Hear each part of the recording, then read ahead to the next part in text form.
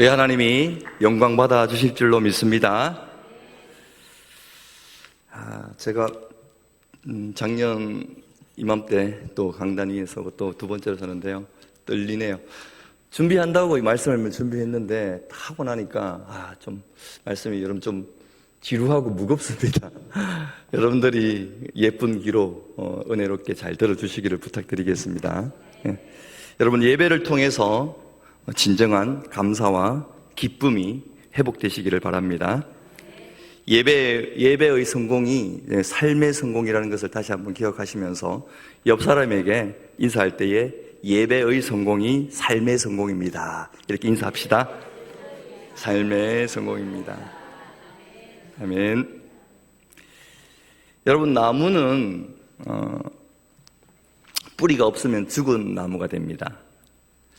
방금까지도 뿌리에 붙어 있었다가도 나무꾼이 도끼로 밑둥을 잘라내면 그 나무는 죽은 나무가 되는 것입니다. 예수님께서는 너희는 가지가 포도나무에 붙어 있지 않으면 열매를 맺을 수가 없다고 말씀하셨습니다. 당연한 말씀입니다. 어떻게 가지가 나무에 붙어 있지 않는데 열매를 맺을 수가 있겠습니까? 그것은 죽은 가지이기 때문에 당연히 열매를 맺을 수가 없는 것입니다. 하물며 나무가 뿌리를 잃었다면 더더욱 꽃을 피울 수 없고 열매를 맺을 수가 없습니다. 그렇다고 그 죽은 나무에 꽃과 열매를 가짜로, 거짓으로 달아 놓아서도 안 되는 것입니다. 우리나라 기독교와 교회는 세계적으로 유명합니다. 초대형 교회가 즐비하고 유명한 목회자가 즐비합니다. 하나님께서는 우리나라와 교회와 또 목회자들과 성도들의 그 믿음과 열정을 보시고 지금까지 크게 부흥을 허락해 주셨습니다. 그런데 그것은 과거형이 되어버렸습니다. 그래서 이제는 점점 교회가 쇠락의 단계로 접어들고 있다는 현실이 그것 또한 사실이 되었습니다. 그렇다면 왜 그때는 부흥을 했고 지금은 쇠락의 단계로 접어들고 있느냐는 것입니다. 교회의 건물도 더 크고 세련되어졌습니다. 교회의 모든 장비와 시스템 또한 더더욱 좋아졌습니다. 그리고 목회자들의 학벌 수준 또한 가히 부흥했던 그 시절에 비하면 월등히 지금은 높아졌습니다. 그런데 왜 교회와 복음은 점점 쇠락의 길로 접어들고 있느냐는 것입니다. 많은 사람들이 원래 나라가 발전하면 다 그래, 선진국을 봐라, 나라가 발전하고 문화가 발전하니까 다 그렇지 라는 말을 하는데 그것은 너무나 무책임한 말이고 복음의 능력을 평가절하하는 발언이라 생각이 됩니다. 여러분, 복음이, 하나님의 말씀이 세상이 이렇게 변하고 세상이 이렇게 발전했다고 해서 이 복음이, 이 말씀이 점점 힘을 잃고 점점 본질이 무색해진다면 어찌 그것을 우리가 그거 참 당연하다라고, 그럴 수도 있지라고 받아들일 수가 있겠느냐는 것입니다. 그럴 수가 없습니다. 여러분, 복음은 힘을 잃으면 안 되는 것이고 복음의 본질이 무색해지도 안 되는 것입니다. 우리들의 접근 방식이 그쪽으로 가닥을 잡아서는 안 됩니다. 여러분, 교회와 복음이 점점 쇠락의 길로 접어들고 있는 이유는 무엇일까요? 그것은 사람들이, 교인들이 또 우리들 속에 점점 성령에 무디어져서 그런 것입니다. 머리는 많이 듣고 알아서 커져 있는데 가슴이 너무 냉랭하고 차갑게 식어져 있기 때문입니다. 성령 따라 또 말씀 따라 그렇게 살기보다는 세상을 쫓아서 세상처럼 살아가려고 하니까 그렇다라는 것입니다. 여러분, 세상은 늘 우리를 보면서 높아지라고, 많이 가지라고, 또 안락하고 세련된 것을 찾으라고만 하고 있습니다. 그것은 세상의 기준입니다. 예수님은 우리를 보고 낮아져라 낮아져라 하는데 우리는 점점 높아지려고, 예수님은 우리를 보고 베풀어라 베풀어라 하는데 우리는 더 가지려고 하는 게, 또 더 크고 화려하고 대형화되려고 하는 게, 그리고 더 인기 많고 정치적으로도 높아지려고 하는 게 지금 이 시대의 교회와 목회자와 교인의 모습이 아닌가 싶습니다. 우리가 성령님을 힘써 찾고 성령의 능력을 사모해야 하는데, 왠지 요즘은 그렇게 하면 뭔가 품위가 손상되는 것 같고 세련미가 떨어지는 것 같고, 성령님을 침튀기며 사모하며 부르짖는 그 모습이 그래서 줄어들고 있는 모양새입니다. 열렬히 사모하며 가까이 나갔던 믿음의 선배들의 모습이 현대 교회 속에는 점점 줄어들고 있는 것 같다는 것입니다. 오늘 본문 5절 말씀에는 이렇게 말합니다. 성령이 시기하기까지 사모한다라고 말씀하고 있습니다. 성도 여러분, 하나님의 영이신 성령님은 성도된 우리들의 중심 가운데 있는 줄로 믿습니다. 그 성령님이 우리가 세상을 보타며 세상 것에 가치를 두고 세상에 빠지고 세상에 현혹되며 살 때에 성령님께서 매우 불편해하시고 시기하기까지 싫어하신다고 말씀하시는 것입니다. 그런데 또 5절 말씀을 한번 후반부에 보면 너희가 그 말을 헛된 줄로 생각하지 말라고 하고 있습니다. 그 말이 진짜다라는 것입니다. 성령님은 진짜로 우리가 다른 것을 사랑하고 다른 것에 빠져 있으면 싫어하시고 시기하시는 그것이 진짜라는 것입니다. 어떻게 우리들의 중심을 그렇게 꿰뚫고 계신지, 성령님은 우리를 그렇게도 가까이 하기를 원하시는데 우리는 점점 성령님을 멀리하고 있는, 우리들을 하나님께서 보시고 그 말씀을 허투루 여기지 말라고, 허투루 듣지 말라고 하고 있는 것 아니겠습니까? 여러분, 성령님을 만홀히 여기는, 업신 여기는 그런 교회와 성도는 결코 부흥할 수 없고 영적으로 건강할 수가 없음을 기억해야 합니다. 우리 중섬로 교회와 모든 교인들은 날마다 성령과 친하게 지내시고 성령님을 사모하며 가까이 하는 삶 되시기를 주의 이름으로 축복합니다. 두 번째는 교만을 멀리하고 더욱 겸손한 자 되기를 힘써야 합니다.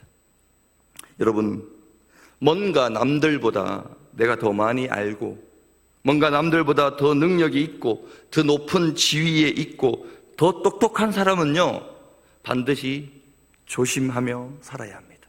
더 조심하며 살아야 합니다. 성경도 많이 읽고 기도도 남들보다 더 많이 하는 그런 사람은요, 정말 반드시 더 조심하며 살아야 할 것이라는 것입니다. 정말 우리는 교만함을 조심해야 합니다. 사람 심리라는 게 딱 그렇게 되어져 있습니다. 처음에는 그저 모든 것이 은혜이고 감사이고 또 내가 먼저 섬기고 사랑하며 낮아질 수가 있었습니다. 그런데 그것이 익숙해지고 더 나아가 다 알고 보니 별것 아니네, 내가 너보다 더 잘하네, 내가 한 수 위네 라고 하는 그 마음이 들게 됩니다. 그런데 그때 이미 겸손은 저 멀리 유배를 보내고 교만함이 그 자리에 자리 잡게 되는 것입니다. 오늘 본문 4장 6절 말씀을 한번 다 같이 읽어 보시겠습니다. 시작. 그러나 더욱 큰 은혜를 주시나니 그러므로 일렀으되 하나님이 교만한 자를 물리치시고 겸손한 자에게 은혜를 주신다 하였느니라. 아멘. 하나님은 그의 자녀된 또 성도된 우리들에게 큰 은혜를 다 내려주십니다. 그런데 결국 시간이 지나서 은혜 받고 익숙해지고 무뎌지면서 내가 드러나면서 그 자리에 교만이 진을 치게 한다는 것입니다. 그때 하나님은 겸손한 자에게는 더욱 은혜를 주시지만 교만한 자를 물리치신다고 말씀하고 계십니다. 우리나라가 옛날에는 얼마나 가난하고 또 못 배웠고 또 얼마나 굶주렸습니까? 요즘 세대가 도무지 알 수 없는 우리 윗선배, 윗어른들 그 세대는 참으로 힘들었고 고생들 많이 했습니다. 그분들이 예수님을 만나고 교회를 다니면서 교만할 새가 어디 있었겠습니까? 늘 하나님께 부르짖었고 찬송하면서 눈물을 흘렸습니다. 또 성령님의 도움을 그렇게도 바라면서 또 늘 빠듯하지만 감사하면서 살아내셨던 믿음의 선배들 아니겠습니까?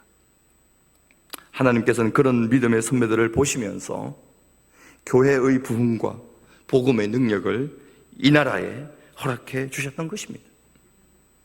그리고 나라를 부강하게 해주셨고 국민들의 삶도 윤택함으로 더해 주셨습니다. 여러분, 하나님은 교만한 자에게 절대로 부흥을 주시지 않습니다. 그리고 그를 가까이 하지도 않습니다. 여러분들은 날이 가면 갈수록 하나님 앞에 겸손하여서 하나님의 더욱 큰 은혜를 누리며 살아가시기를 주의 이름으로 축복합니다. 세 번째로 7절 말씀입니다. 함께 한번 읽어보시겠습니다. 시작. 그런즉 너희는 하나님께 복종할지어다 마귀를 대적하라 그리하면 너희를 피하리라. 아멘. 이 말씀에서 보시면 마귀를 대적하라 그리하면 너희를 피하리라 라고 말씀하고 있습니다. 여러분, 세상 가운데는 우리 눈에 보이지는 않지만 사탄 마귀가 판을 치고 있습니다. 인간에게 가장 해롭지만 가장 행복한 미소로 가상하며 다가옵니다. 그것들은 인간이 인간답게 살 수 있고 인간이 추구해야 할 마땅한 것이 바로 여기에 있다, 바로 이것이다 라고 하며 그렇게 속삭이며 우리들에게 다가옵니다. 흔히 양의 탈을 쓴 늑대라고 하지 않습니까? 사탄 마귀는 그렇게 우리들을 가까이에서 우는 사자처럼 우리를 삼키려고 늘 준비를 하고 있습니다. 그럴 때 야고보서는 오늘 우리들에게 뭐라 말씀합니까? 너희는 하나님께 복종하며 마귀를 대적하라고 말씀하고 있습니다. 이 말씀에서 보면 마귀를 대적하기 전에 하는 것이 있습니다. 그것이 무엇입니까? 하나님께 복종하는 것입니다. 하나님께 순종하는 것입니다. 그리하고 마귀를 대적할 때 그 마귀들이 너희를 피하리라 말씀하고 있는 것입니다.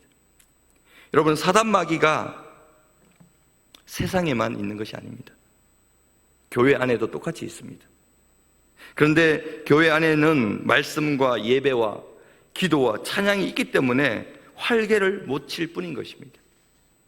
거기다가 우리가 하나님의 말씀에 순종하고 마귀를 대적할 때 마귀는 한 길로 왔다가 10길로 떠나가게 되는 것입니다.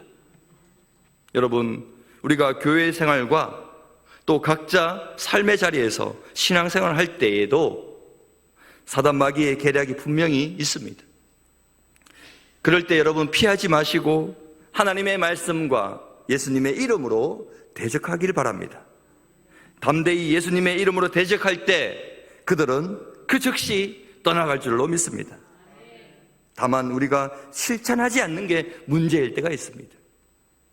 하나님의 말씀이 여러분 그렇다 하면 그렇게 믿는 믿음이 있기를 바라겠습니다.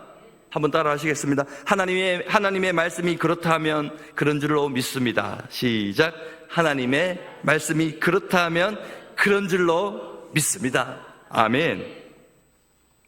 다음으로 나눌 말씀은 오늘 말씀의 하이라이트입니다. 8절 말씀을 다 같이 한번 읽어보시겠습니다. 시작. 하나님을 가까이 하라. 그리하면 너희를 가까이 하시리라. 죄인들아 손을 깨끗이 하라. 두 마음을 품은 자들아 마음을 성결하게 하라. 아멘.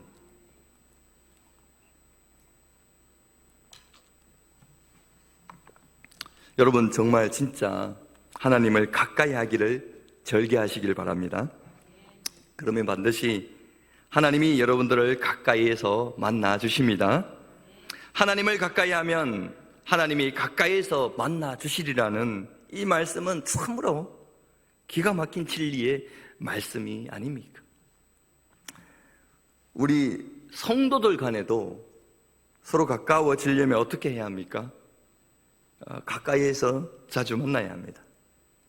평상시에 자주 만나기 어려우시면 교회에 와서라도 대면 하지 마시고 먼저 인사하시고 또 악수도 하고 안부도 묻고 기도 제목도 묻고 먼저 웃어주고 그렇게 살갑게 먼저 다가가시길 바랍니다.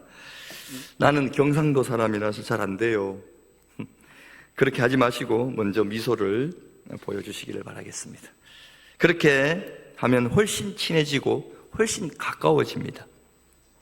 여러분 하나님과 가깝다고 하면서 옆에 있는 사람을 멀리하고 업신 여긴다면 그 사람이 어찌 하나님과 가깝다고 할 수 있겠습니까? 우리 옆사람 보면서 한번 웃어주면서 사랑합니다, 축복합니다 인사합시다. 예, 시작. 사랑합니다, 축복합니다. 예, 웃어주면서 예. 예, 이렇게 할 때 점점 가까워지는 것입니다. 대면하면 끝까지 대면 되는 것입니다. 그러나 우리가 하나님과 우리의 관계도 똑같습니다. 하나님을 대면 하다가는요 평생 가까이에서 하나님을 한 번도 만날 수가 없게 됩니다. 여러분 하나님을 가까이에서 만나보지 못한 사람은요 뜨거운 기도, 뜨거운 찬양을 드릴 수가 없습니다. 어떻게 하는지 모릅니다. 무조건 큰 소리로 기도하고 큰 소리로 찬양하는 것만을 말하는 것이 아닙니다. 나를 인격적으로 가까이에서 만나 주신 그 하나님을 뵐 때 여러분 어찌 침착하고 조용해질 수가 있겠습니까? 그거 쉽지 않습니다. 하나님을 가까이서 만났는데 내가 침착할 수 있겠습니까? 어렵습니다. 다윗은 어릴 때부터 하나님을 만난 사람입니다. 그럼에도 하나님의 법궤가 다시 다윗 성으로 들어올 때에 다윗은 침착할 수가 없었습니다. 하나님을 가까이에서 만나는 것이 무엇인 줄 알았기 때문에 그 기쁨과 감사로 인해서 그의 감정도 요동치고 몸도 요동쳤습니다. 바지가 내려갈 정도로 침착할 수가 없었습니다.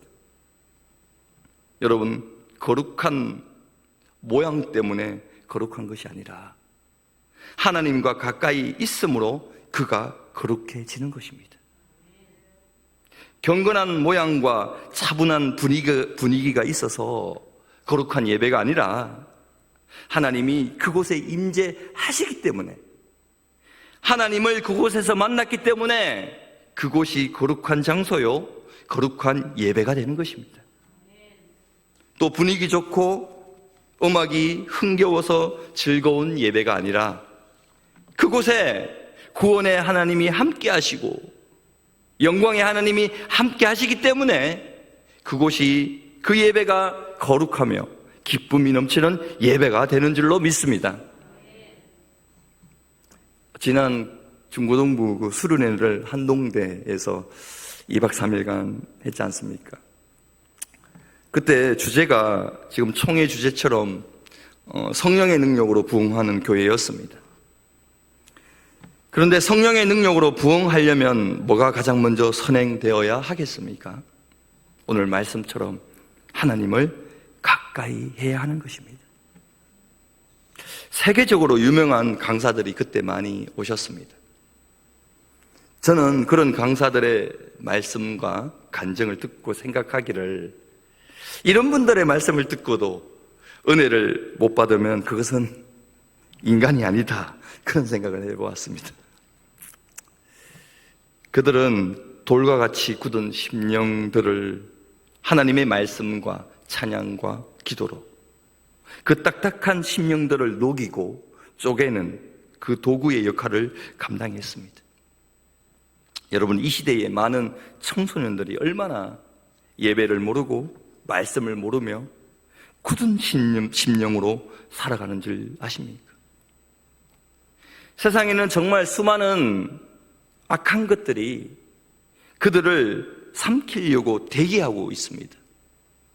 악한 미디어 세계와 또 약육 강식의 경쟁을 해야 할 수밖에 없는 그런 공부 시스템 속에서 이 땅의 수많은 자녀들이 교회와 예배를 떠나고 말씀을 떠나서 얼마나 굳은 심령으로 그렇게 살아가고 있는 줄 모릅니다. 선배로서 또 부모로서 어른으로서 너무나 안타까운 생각이 듭니다.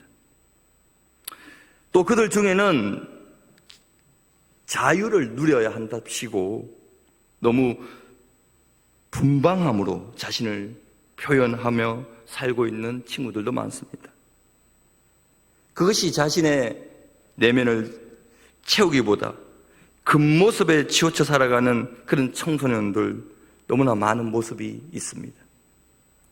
뿐만 아니라 여러 관계 속에서도 억눌림으로 살아가고 있고 또 결손 가정으로 인해서 늘 불안과 초조함으로 그렇게 살아가면서 많은 청소년들의 심령이 무너지고 있습니다. 그런 속에 당연히 신앙 또한 그들 마음속에 신앙을 세울 자리가 없는 것입니다. 여러분, 그것은 그들만의 잘못이 아닙니다. 그것은 분명히 기성세대 우리들의 잘못이 크다고 할 수 있습니다. 그런 그들에게 자꾸 세상이 정해놓은 그 기준대로 따라가게 우리는 자꾸 이야기를 합니다. 우리는 그렇게 하기보다는 말씀과 하나님의 기준을 그들에게 지금이라도 가르쳐 줘야 하는 것입니다. 이번 수련회에 내놓으라 하는 그 강사, 그들이 하나같이 하는 말씀이 여러분 반드시 하나님을 만나야 합니다 라는 것입니다. 그것도 오늘 말씀처럼 하나님을 가까이에서 만나야 한다는 것입니다. 아이들과 청소년들이 점점 세상과 사탄의 밥이 되어져 가고 있습니다. 세상이 바뀌고 나라가 발전하면 어쩔 수 없지 뭐, 그런 말로 넘어가면 안 됩니다. 그러면 진짜 다음 세대는 무너집니다. 우리 뒤를 이을 믿음의 자녀들이 사라지게 됩니다. 하나님을 알고 하나님을 예배하며 하나님을 가까이에서 만나는 영혼들이 이제는 없어지게 된다는 것입니다. 여러분, 오늘 먼저 믿는 우리들이 진짜 하나님을 가까이에서 만나는 그 모습을 우리가 먼저 보여줘야 합니다. 우리의 현재의 모습이 우리 다음 세대의 모습을 낳는 것입니다. 교회를 떠나고 믿음을 떠나는 그들을 누가 낳았습니까? 믿음의 선배인 우리들이, 우리 부모 세대가 그들을 낳은 것입니다. 우리가 그들을 그렇게 만들었다는 것입니다. 그래서 지금이라도 우리가 다시 복음으로 돌아가고 진정한 예배자로 돌아가며 성령을 간절히 찾는 신앙으로 돌아가야 합니다. 그럴 때 우리의 다음 세대들에게도 희망이 있고 희망이 전해지는 것입니다.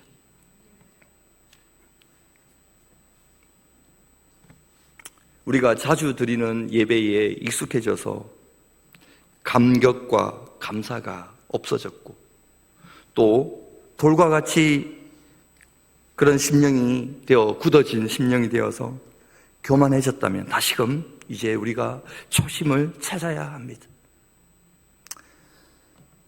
우리가 성령님을 찾는 것을 꺼려 했다면 다시금 성령 충만한 하기를 여러분 간절히 기도하며 성령님을 찾아야 할 줄 믿습니다.